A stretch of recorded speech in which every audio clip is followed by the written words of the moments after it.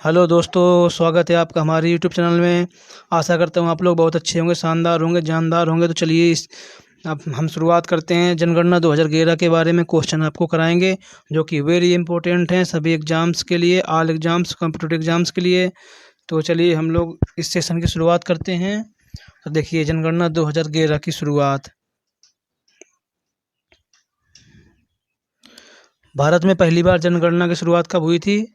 भारत में पहली बार जनगणना की शुरुआत कब हुई थी? तो 1872 में हुई थी। किसके काल में? लॉर्ड मेयो के कार्यकाल में। ठीक है। और देश में नियमित जनगणना की शुरुआत कब हुई थी? जो मतलब निरंतर जिसे बोलते हैं, कॉन्टिन्यूटी के साथ शुरुआत कब हुई थी नियमित जनगणना? 1881 में, लॉर्ड रिपन के काल में। ठीक है। और स्वतंत्र भारत की पहली जनगणना कब हुई थी? स्वतंत्र भारत की पहली जनगणना 1951 में हुई थी। और जनगणना का महान विभाजन वर्ष किसे कहते हैं? 1921 को कहते हैं। इम्पोर्टेंट क्वेश्चन है ये वाला। तो जनगणना से संबंधित अनुच्छेद कौन कौन से हैं? जनगणना से संबंधित अनुच्छेद कौन से हैं? अनुच्छेद 246। अनुच्छेद 246 जनगणना से संबंधित है। और जनगणना विषय है, मतलब जो 7वीं अनुसूची के संघ सूची में है। मतलब जनगणना विषय है किस अनुसूची में है? तो 7वीं अनुसूची के संघ सूची में स्थित है। ठीक है। और जनगणना की अवधि क्या है? प्रत्येक 10 वर्ष पर होती है, मतलब 10 वर्ष के अंतराल पर जनगणना होती है। जनगणना का अध्ययन क्या कहलाता है? डेमोग्राफी, या इसी को बोलते हैं जनांकिकी, मतलब डेमोग्राफी या जनांकिकी। 2011 की जनगणना का क्रम क्या है? तो देश का 15वीं तथा स्वतंत्र भारत की 7वीं, मतलब जब से शुरुआत हुई देश की 15वीं, और स्वतंत्र भारत के मुद्दे कौन सी जनगणना है? तो इसकी 7वीं नंबर की। ठीक है। Important question. 2011 की जनगणना का आदर्श वाक्य क्या है?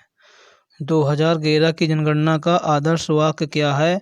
इसका हमारी जनगणना हमारा भविष्य, our census our future. English में हमारी जनगणना हमारा भविष्य, यानी कुल इसमें पूछ दे सकते हैं कुल कितने प्रश्न पूछे गए? तो 29 प्रश्न। जब डीपली एग्जामिनर बनाता है तो पूछ सकता है क्वेश्चन कि कितने प्रश्न पूछे गए थे जो 2011 की जनगणना में? 29, यानी 29। जनगणना का शुभंकर क्या था? इसका था प्रगणक शिक्षिका, प्रगणक शिक्षिका। ठीक है। प्रथम जनगणना के कमिश्नर कौन थे? जो प्रथम जनगणना हुई उसके कमिश्नर कौन थे? W. प्लाडेन। कौन थे? W. प्लाडेन। ओके। स्वतंत्र भारत के प्रथम जनगणना आयुक्त कौन थे? इसके थे स्वतंत्र भारत के प्रथम जनगणना आयुक्त थे R. A. Gopal Swami. R. A. Gopal Swami. 1949 से 53 के बीच में। 2011 की जनगणना के आयुक्त कौन थे? 2011 की जनगणना के आयुक्त कौन थे? तो इसके थे C. चंद्रमौली। C. चंद्रमौली। ठीक है। पहली बार जाति आधारित जनगणना कब हुई थी? पहली बार जाति आधारित जनगणना कब हुई थी? 1931 में। कब हुई थी? 1931 में हुई थी। विश्व जनसंख्या दिवस कब मनाते हैं? ये मनाते हैं 11 जुलाई को। कुल जनसंख्या कितनी है भारत की? तो 2011 की जनगणना के अनुसार 121.08 करोड़, यानी 121 करोड़ जनसंख्या है। तो चलिए नेक्स्ट।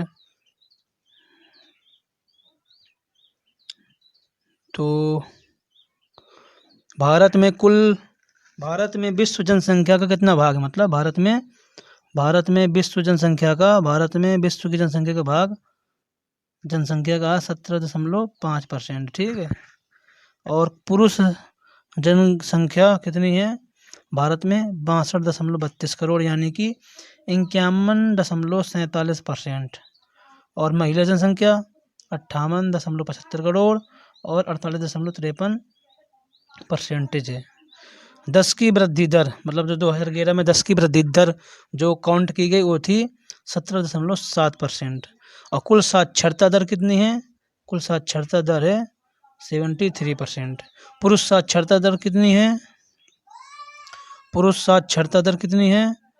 तो पुरुष साक्षरता दर है आपकी 80.9% और महिला साक्षरता दर 64.6%। ठीक है। लिंगानुपात, वेरी वेरी इंपॉर्टेंट क्वेश्चन।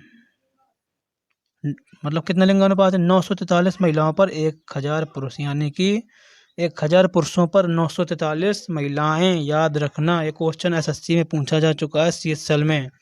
जनसंख्या घनत्व, ये भी इम्पोर्टेंट है। 382 व्यक्ति प्रति वर्ग किलोमीटर स्क्वायर, मतलब प्रति वर्ग किलोमीटर के रेंज में 382 लोग रहते हैं मतलब। और आपका सर्वाधिक लिंगानुपात कहाँ का था? तो केरल का था, ये भी इम्पोर्टेंट है। और 1084, ये भी इम्पोर्टेंट है। सर्वाधिक लिंगानुपात केरल का था 1084 था। न्यूनतम लिंगानुपात हरियाणा का था 879, ठीक है। सर्वाधिक लिंगानुपात 1084 और न्यूनतम हरियाणा का 879। सर्वाधिक केंद्र शासित प्रदेश का लिंगानुपात कितना है? सर्वाधिक केंद्र शासित प्रदेश का लिंगानुपात किस में है? तो पुदुचेरी का, ठीक है। सबसे ज़्यादा लिंगानुपात पुदुचेरी का है। और आपका न्यूनतम लिंगानुपात कहाँ का? दमन और दीप का, ठीक है। सर्वाधिक जनसंख्या घनत्व कहाँ की? बिहार की, और 1106 है, ठीक है। न्यूनतम जनसंख्या घनत्व कहाँ का? अरुणाचल प्रदेश का 17, इंपॉर्टेंट 17 है, ध्यान देना। न्यूनतम जनसंख्या घनत्व अरुणाचल प्रदेश का 17।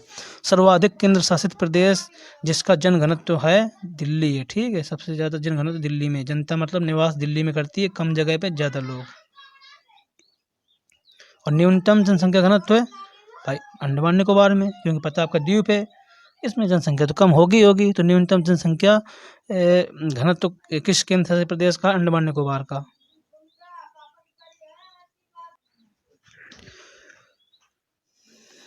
सर्वाधिक जनसंख्या कहाँ पर है? हमारे यूपी में है। यूपी में सर्वाधिक जनसंख्या है।